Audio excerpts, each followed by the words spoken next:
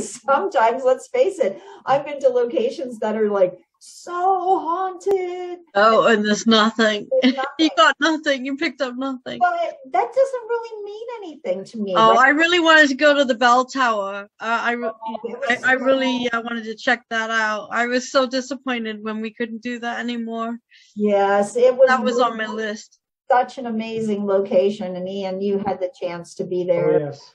and it just, yeah, what a great spot. But we'll find some more really great spots, right? Oh, I think so. When our adventures are able to get back to some kind of normal. I mean, I know people like to pretend it's normal right now, but It's anything but. no, but I mean, that's kind of the beauty of it is one thing that is good though is that we can actually drive across the border now though, Rachel. Oh, there you go. So, Huzzah! I'll take that one. That's great. yeah, so when the weather's Gonna have nice, we can come visit you up your way and go to Ogdensburg and go to some of the haunted spots up that way. Oh, yes. We'll have to do a show about it. That would be great. And I mean, some of these things we can access just from being outside, so that's really great too, right? So we don't have to be in a crowded area. We can do a lot of stuff from the outside too, which is what's great with the return of the lovely weather. Oh, huzzah.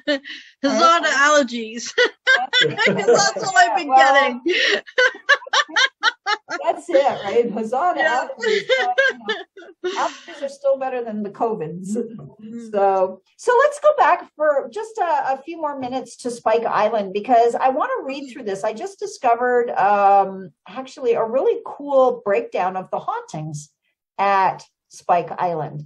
So this one kind of brings together some of the stories that I was just telling about Nellie, whose name is really Ellen, but I guess her nickname was Nellie, the one that they want to now sanctify, but also to just a couple of the other things. Apparently, there has been the island's heritage team has uncovered several ghost reports, including soldiers firing at seemingly phantom intruders. Irish naval cadets that were stationed on the island in the 1980s reported strange occurrences disturbing their accommodation. Prison guards reported prisoners who used to complain of a black entity visiting their cells at night. So if you look behind me, I just dug to see what picture do I have again. This one. This is the black entity that is apparently visiting. Oh. Right. At first I thought it was a curtain, but then I was like, no, it's not a curtain because it's not near the window. It's actually more forward in the space. You can see the sink back here.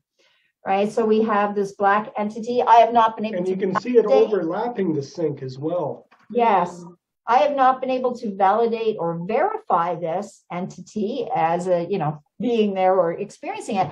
But the bell tower had one of these when we did a evening, and it was on the ceiling, and it actually pushed its way down over top of myself and my co-paranormal investigator medium, Ashley. She actually ended up being pushed right to the floor. Oh. Right down on her knees to the floor. I was able to kind of just off, but she literally, and she went down fast and she went down hard. Like it was not a slow and gradual. It was like I could feel it pushing.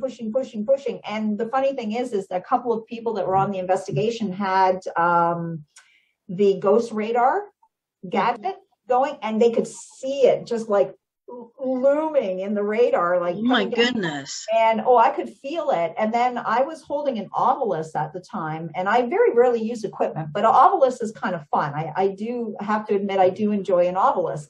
And it was funny because I was talking and I was saying about this, and I was telling people, if you're scared, if you're feeling this or you're picking it up on your equipment, don't run. Like, don't run out of the room, don't scream, don't freak out, right? It's just like I'm trying to calm them down. And on the obelisk, it literally said 3 times in a row, don't. Oh. And then it said, run. Oh. Like, well, okay, we're going to leave the room now. Get everybody out safely. Yeah. Everyone needs to leave through the fire exit. Just don't ask why. The space that we were in there was the actual, oh my gosh, see, I'm not a church person. I should know this. It was the actual, I guess, area where, and the pipe organ, even at that point, you could hear the keys being pushed on the pipe organ, but no music was coming out, but you could literally hear somebody pushing the keys on the pipe organ, like, oh, creepy, another haunted piano, Ian. and this was really cool, but this was the pipe organ inside, and right. Yeah, really, really cool.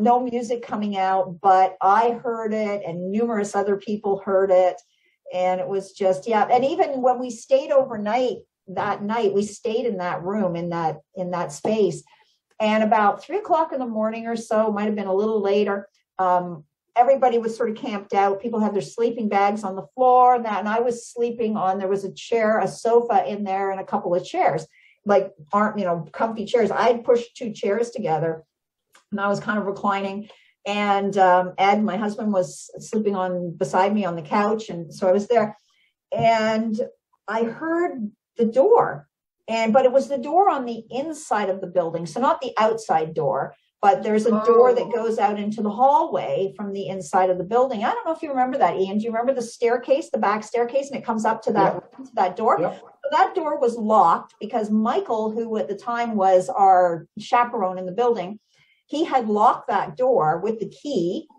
and he was the only one in the room. And I thought maybe he had got up to go to the bathroom, but there is a bathroom in that space too. But I thought maybe he went out to go, to the other washroom and just up the stairs. And I heard this rattling on the door, and it was like as if, and you're thinking like old wooden church door, brass knobs, because this is what it is inside. And I could hear rattle, rattle, rattle, rattle. And I was like, is somebody trying to get back in? Like, did they go out and they got locked out? And you could hear shake, shake, shake, shake. And the door was rattling and rattling. And I literally got up and walked to the door. It was locked. There was nobody. There was no one else in the building. We were all in that room. Oh my goodness. And to this day, I have no idea what that was. But the door was being like, literally like someone was trying to get in. And I thought, did somebody go out and, leave the room? But then I realized they couldn't get out because you had the key to unlock it even from the inside. Right. So that's crazy. Can't get out. And Michael was asleep. And when I got up, he woke up because he heard me. And he's like, was that you? And I was like, no, I thought it was you. And he's like, I thought I heard somebody at the door. And I went, yeah, the door was like shaking and the knob. And it was like somebody was trying to get in. And he just freaked out. He's like, okay. It was like, no. So yeah, it was a really, really fun building. It has such a great history. I did find out, however, that they're not going to tear it down. It is a very well-established real estate company from Buffalo that has purchased the building, and they're going to turn it into their Niagara region offices. Oh, good. So hopefully that works out for them. Who knows? That should be interesting. I often notice with some locations, people move in and like 6 months later, they're moving right back out again. A lot of money for the buildings. So, yeah. It's like, I wish we could have. We know what it is. We know some buildings you just know. Yeah. But the thing is with that building is it never felt unsafe to be in the building though. Even though you had these moments like this, and with that big, sort of energy coming down, I felt like that energy was brought in by somebody else that was present in the group. And that has happened a few times too, where we've had situations like that, where I've done like seances and stuff where someone has brought this energy in with them. It's attached to them and they've brought it in. And I can tell because I know what the building feels like. Like I was there a lot, right? So I knew what the building was like. I was pretty familiar with all of the resident spirits in the building and residual energy. So this was definitely something somebody brought in with them that evening. But yeah, just, and this is it. Like I want to be able to get out there and do this again and to visit these sites and to be able to experience. Yeah, I've been feeling that too. Like I've been eager to get out there as well, because it's been like 3 years of not being able to do anything. It's been great. I think it's been too long since I've actually done a paranormal investigation. I don't know if you remember Spanky's, where we did a paranormal investigation. Yes. Yeah, paranormal team. Funnily enough, that was in the news recently. It was in the local news. A local paranormal team in Messina had gone in and done an investigation there as well, and found activity as well. So it's one of my favorite places. I'd love to go back and do it again. Them for us, Rachel, and I mean for Ian, it's about a 4-hour drive for us to get to Rachel. So, maybe we can do an overnighter at Spanky's and oh wow, that would be wild. That would be pretty awesome. I'd love to do that. It's been a while, and I thought to myself, I don't want to call myself out of date, but it's been a little while. I want some new investigations. That's something to do. I mean, the weather is getting nicer, so we can go back to looking at the cemeteries and doing all of those kinds of things. I was hoping. Oh, sorry. No, I was just going to say, I'm just so horrible. I never record anything. Ian's always like so good. He goes out, he's got his camera, he's all set. I go because You're the tech guy, Ian. Well, I film everything. Yeah. And I mean, I know like Ed sometimes does too. And yet because I'm experiencing it. So I'm not thinking about that, right? I'm just thinking about what's happening in the moment, and I'm not thinking about recording it. So I'm so terrible at doing that. But I have so many stories too. We haven't been on an investigation together, so that would be interesting. It would. Like all of us together would be a pretty fun, right? Because I mean, Trudy's very intuitive too, and so Rachel and I are like, I know Trudy's not quite at the same. I don't think she feels. No, she's sensitive. Right? She's an empath, right? We just say that she's sensitive to spirit energy. Yeah, she's like an empath. You can tell when they're around. But. Yeah, and I know, like Rachel and I, it's like we get the talking, like we get the actual talking at us, and it's not a conversation. And I have to try to explain that to people. It's not like I can go, hey, and sort of communicative. It's like they're telling us or they're showing us something, and we're experiencing the moment. But it's not that you can have an actual conversation with them. Like sometimes you can ask them to do something, but I find 9 times out of 10 there's no response. Like it's not a communication per se that way. At least an intelligent conversation 2 ways. It's a transference of an experience on us. Would that be a good way to say it, Rachel? Yeah. Oh yeah, absolutely. I agree. It's like a transference of an experience that we're picking up on. Although sometimes I found that some spirits they don't speak English. No. And that's I was doing a paranormal investigation at a radio station on the reservation. Yeah, I get that too. Regis Malls, and I was seeing a Native American man. He was following me around the building everywhere, and I wanted to talk to him or communicate, but when he said words, they were sharp and straight. Like I couldn't. You don't understand what they're saying. I couldn't understand what he was saying. So I just sort of repeated the sounds to the person that was. I do too. And they were really creeped out. I don't know, but apparently it's like it was Cherokee or something like that. It was there.